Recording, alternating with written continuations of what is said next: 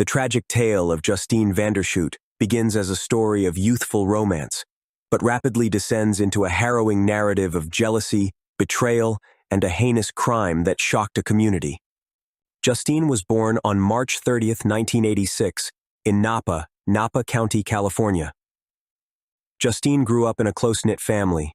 She had an older sister named Christine, and her parents, Don and Lynette, were described as welcoming and nurturing. Justine was a student at Maidu High School and lived in Christian Valley at the age of 10. Her school life seemed to be active and involved. She had diverse interests, including cheerleading, baseball, basketball, cars, and cosmetology. These interests point to her being a well-rounded individual with a zest for life and various pursuits. Justine was known for her strawberry blonde hair, fair skin, and freckles. She got a nose ring in her teenage years, which reflects a sense of individuality and style. Standing at 5 feet 6 inches tall, she was also described as having a positive attitude, professionalism, and maturity beyond her years. She secured an assistant position at Auburn Cardiology, where her work ethic was highly praised. She was known for seeking out work, taking on additional duties, and having a good rapport with patients, demonstrating responsibility and ambition. The Vandershoot home, a popular gathering spot in Christian Valley, reflected the family's welcoming nature. It was here that Justine's paths crossed with Daniel Bezemer, introduced by her sister Christine. Despite initial indifference, Justine and Daniel's relationship soon took root. Daniel Bezemer, whose life predominantly revolved around computers and video games. His social life appeared to be minimal, and he was known for spending significant time playing video games. Daniel was a student at the same school as Justine, but he dropped out less than 10 credits shy of graduation. Despite his academic setbacks, he was noted to be bright and punctual when he was still attending school. Daniel, who was 18 years old at the time, had strong feelings for Justine from the beginning of their relationship. Daniel exhibited signs of jealousy and possessiveness. This included incidents where he expressed discomfort about Justine changing her cell phone password, possibly indicating trust issues in their relationship.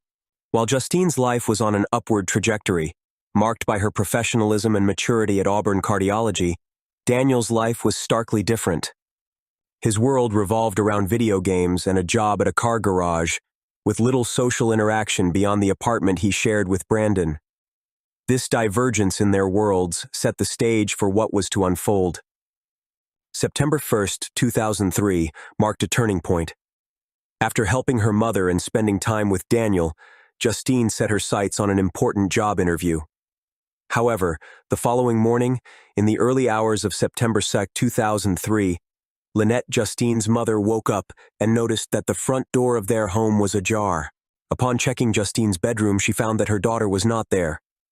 The TV in Justine's room was on, her purse was still there, and her dog was on the bed. But Justine was absent. This discovery, coupled with the fact that Justine's truck was also missing, led to the realization that Justine was not at home and potentially in trouble, setting off alarm bells for the family. Justine's family immediately sprang into action, launching a frantic search for her. They were joined by friends, neighbors, and members of the community, all concerned about Justine's sudden disappearance. A pivotal moment in the search occurred when Justine's truck was found at the Meadow Vista Park and Ride. The search expanded beyond the immediate vicinity. Volunteers and search teams combed the area around where her truck was found, including nearby trails, parks, and other potential locations. Despite the lack of substantial leads and the growing dread about Justine's fate, her family and the community held on to hope. They continued their efforts, hoping for a positive outcome.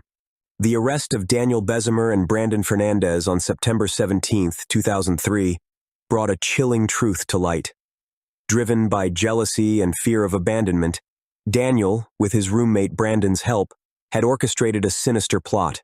Through tapping Vandershoot's phone line, driven by jealousy and fear of abandonment, Daniel, with his roommate Brandon's help, had orchestrated a sinister plot.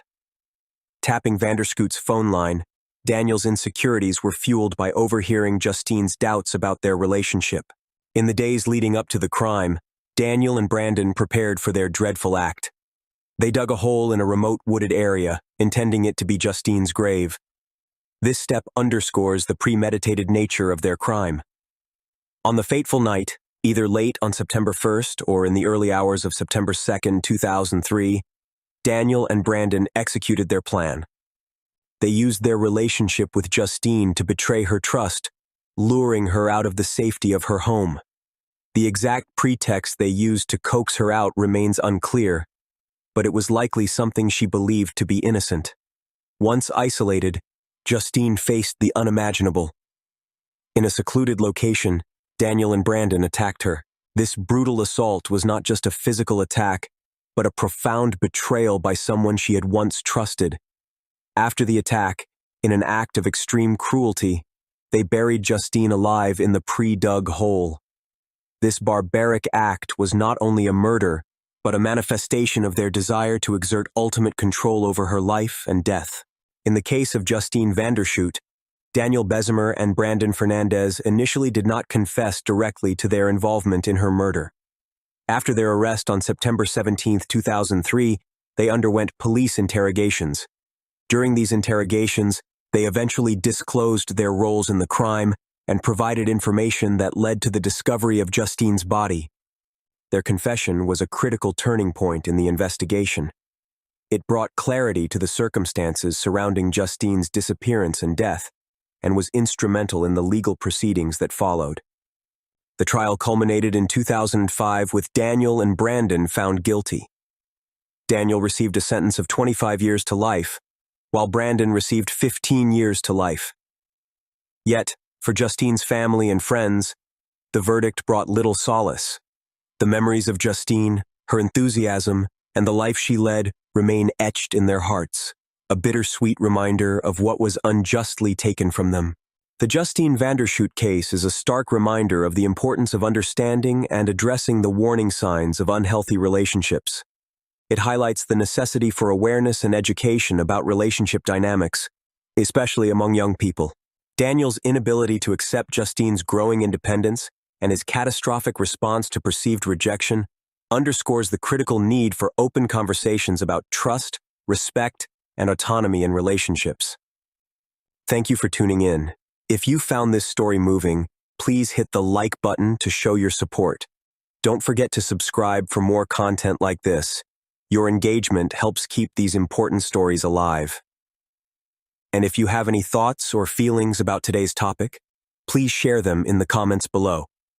Your insights not only enrich our discussions, but also help us create a more connected and informed community. Thanks again for watching, and we look forward to seeing you in our next video.